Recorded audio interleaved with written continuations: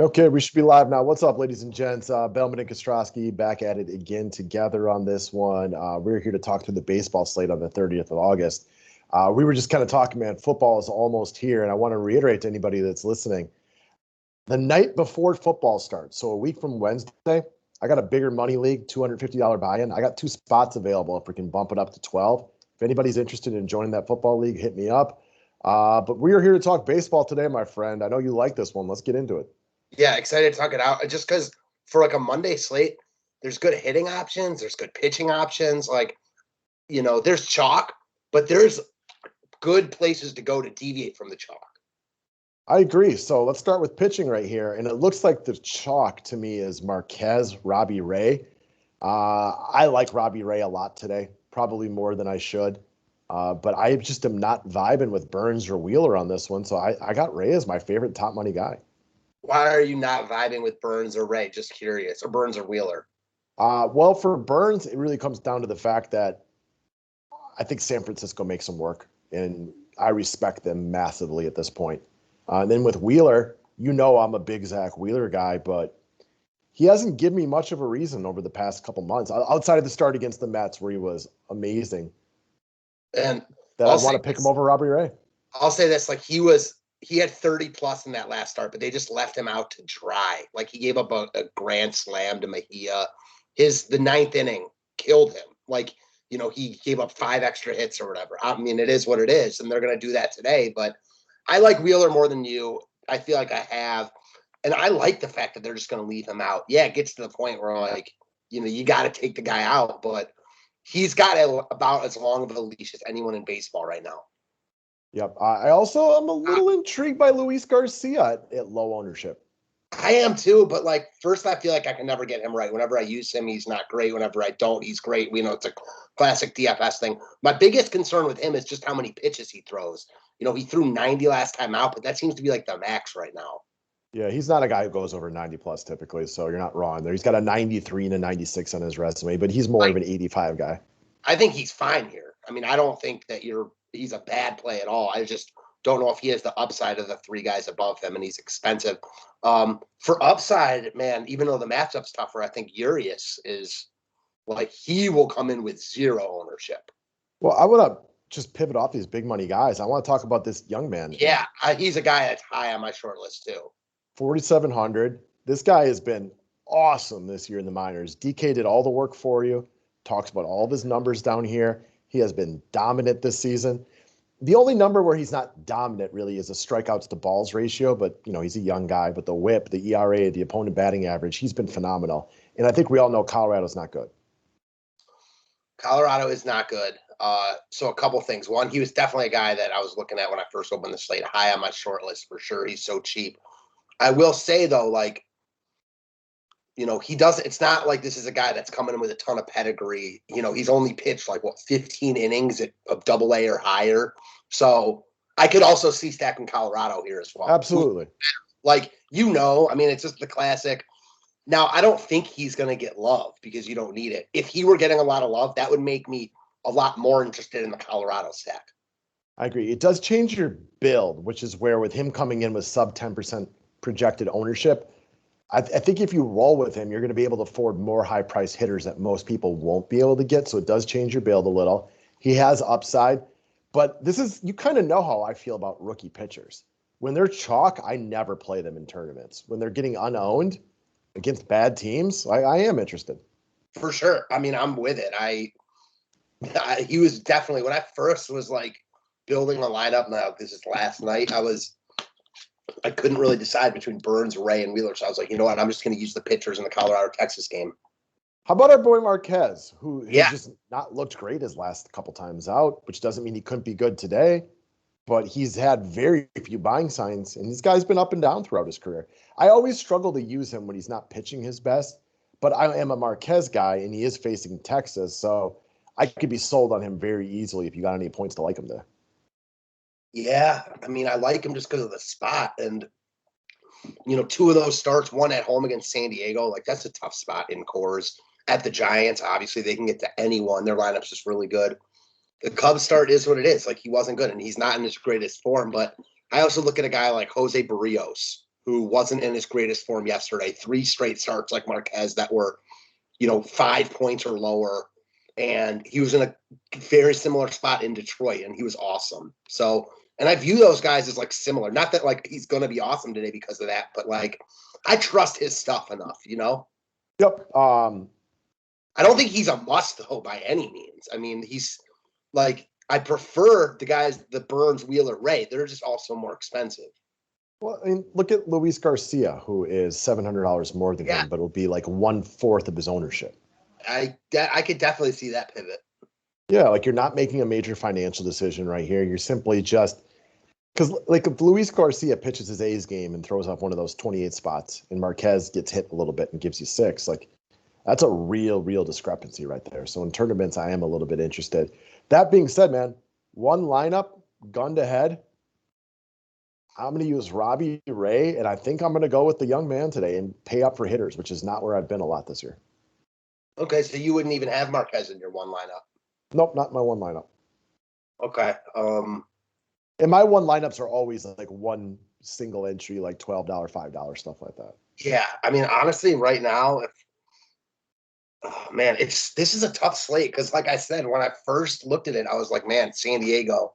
I told you that no-hitter Gilbert threw was like the most fraudulent no-hitter. His expected ERA in that game was like 5+, and he threw a no-hitter, which just kind of tells you all you need to know. But man, like we also talked about before, it's not like they're red hot right now. It's similar to they've been off for a while. You mentioned them being off a week ago, and they haven't changed mine since then. No, they haven't. So it's like, yeah, I mean, because if you don't use like the Padres, not even the Blue Jays, even though the Blue Jays are getting love, but if you don't use the Padres, it doesn't even matter the ownership on pitchers, in my opinion. Yeah, it's not a bad point. As far as his first game goes, it's probably not one I'm really looking to for offense, personally. Yeah, same. All right, Baltimore against Toronto. So it sounds like Toronto's getting a lot of love here. We've been talking about these two teams a lot lately. Toronto and San Diego, they've been really lacking on buying signs recently. So now it is nice. Springer's supposed to be back tonight. Sure, can't hurt. But if you're telling me Toronto's still real popular, I look at this as a Monday slate. I'm probably going to try to get weird with it. Not 100% sure where I want to get weird with it yet, but I don't think I'm looking to a chalky San Diego or Toronto. I like that more than you, which is really scary for me. Yeah, it doesn't happen a lot, but you pick your spots each given day. You can't only play ownership. You have to have other reasons, right? That doesn't mean I'm going to use them just because I like them. I mean, oftentimes I like spots, but baseball is a lot about the ownership. And like I even said to you before, like Houston, like I like the spots that Toronto and San Diego are in more than Houston, but not at the ownership they're getting. So like I'll stack Houston over those teams. It may seem small, but like Toronto is just terrible lately. I mean, this is still a high-powered offense, but for the last couple of weeks, they have not looked that way. No, I mean, I do think getting Springer back will help them, though, for sure. And Vlad is showing buying signs with a whole bunch of singles lately. Vlad and someone else they got a really cheap guy, Kevin Smith, at third base, who was hitting really well in the minors, finally hit his first homer yesterday. He's 2,300, so I don't know. Well, that's easier for me to get on board with it besides the stack. All right, Boston against Tampa Bay. We got Pivetta versus Patino. I guess this is one where I could understand either offense, but I'm not going to use either offense. This is definitely like both these offenses remind me of Houston, where like they're not in the greatest spots on paper, but they're both really good. And I mean, as pivots off of San Diego or Toronto, I get them. Doesn't mean I'm going to use them. I don't think I will either, but I could definitely see it. We talk about buying signs a lot. Like I used Devers yesterday because I watched him get 2 singles and a walk the day before, so he was on my good side. You can get me on board with him today as like a one-off, but this is a guy with big-time power. Tampa too. I mean, they got going yesterday. Like they're going to be unowned. Yeah, Joey Wendell at 3,600 got real hot yesterday. I definitely am not happy with the fact that I pulled him out of my lineup. I'm like, I respect Pivetta, but you're telling me Tampa's unowned. Like, I'll take my chances over like a chalky San Diego. First off, Tampa's just a better offense. So not even saying that I'm going to use Tampa, it's just the point. Agreed. All right. We talked about both pitchers in this game. I'm not 100% sold on either pitcher, but I'm not trying to get to the offenses here. Like I get like Texas could get to Marquez, and Marquez has not been great lately. Okay, cool. It's still Texas. Yeah, It's still it's definitely Texas. I have no interest in, even though they were good yesterday. you give me Adolis Garcia as a one-off at 3,400. Yeah, actually, I could see using a couple guys on Garcia if you're not using on Texas if you're not using Marquez. Garcia, Nick Solak's been really good. Nathaniel Lowe, perhaps fine. But Solak and Peters are two guys I was looking at yesterday, and they both were solid. yeah, Solak's had a whole bunch of multiple hit games lately. He runs a little bit, so Marquez will probably be real popular. So like a mini Texas stack is a place I could get on board with. Yeah, but then before you even move on, Colorado stack is definitely in play here. I mean, we talked about Alexi, but this guy, like I said, thrown 14 innings at Double-A or above. So Colorado, I think, has big upside here, and they've been okay lately. Crone continues to rake. He'd be one of my favorite pieces for sure. I could definitely see using Colorado here as like a pivot off of San Diego or Toronto. The hard part about Colorado today is they're so expensive, and in order to play them, Yep. I'd probably want to use Alexi, which would be counterintuitive. Yes, that is a great point. That is a very good point. So, all in all, I'd probably rather take my chances on Alexi and go with another high-priced offense, but doesn't mean they're not in play. That's all I'll say. Yeah, Crone 5,200, McMahon 4,900, Story 56. That's a tough team to afford, which their ownership will be real low then. Real low. I mean, even though Alexi's not getting up, Colorado will be very low owned. Kind of forgot Corey Kluber was even still in the league. DK notes it up here that they're going to have Ohtani into the player pool later, just so everybody notices that one. Yankees? Yeah, I think the Yankees are in play. I'm not like overly excited about them, but they seem to cool down the past couple days, albeit against, I don't want to say better pitching, but Montas was good on Saturday. Last night, Blackburn. Yeah, I mean, I see no reason why they wouldn't be in play. I mean, yeah, they lost a couple games in a row. Okay, fine. Right? Like, I don't want to overreact. They've been phenomenal for a while now. I gave them shit 3 weeks ago for going all in when it didn't look like they were playing for much, and they've been great since then. So you're telling me that they're unowned, compared to like San Diego? I'm definitely interested. Yeah, I get that. I mean, Quintana or whoever's pitching for the Angels sucks. So I have no issues with it at all. Yeah, I do think I'm starting to feel the Yankees a little bit, and I can get on board with a little bit of the Angels. I just don't know who it would be. Yeah, I'm more interested in the Yankees for sure. So, I mean, we can wrap this one up pretty quickly, guys. San Diego is coming in as really, really big chalk today. They're affordable. Tatis, Pham, Myers, these all seem to be some of the more popular players on this slate. They have been ice cold for a while now. We're just not that interested. You guys know that Matt's only plays GPPs in all sports. In baseball, I'm a lot more GPP than anything else. We're just not interested in an ice cold, chalky San Diego. Yeah, I mean, listen, the spot is good, and I'm afraid of it. And on paper, it's a good spot, but they're getting way too much ownership. That's all it is. I mean, this is a team that they look like dead men walking. That doesn't mean that it sticks that way the rest of the year, but for a team that had World Series aspirations to start the year that now looks like the playoffs have a good chance of not happening, I don't know, man. The intangibles here are poor lately. I agree with that.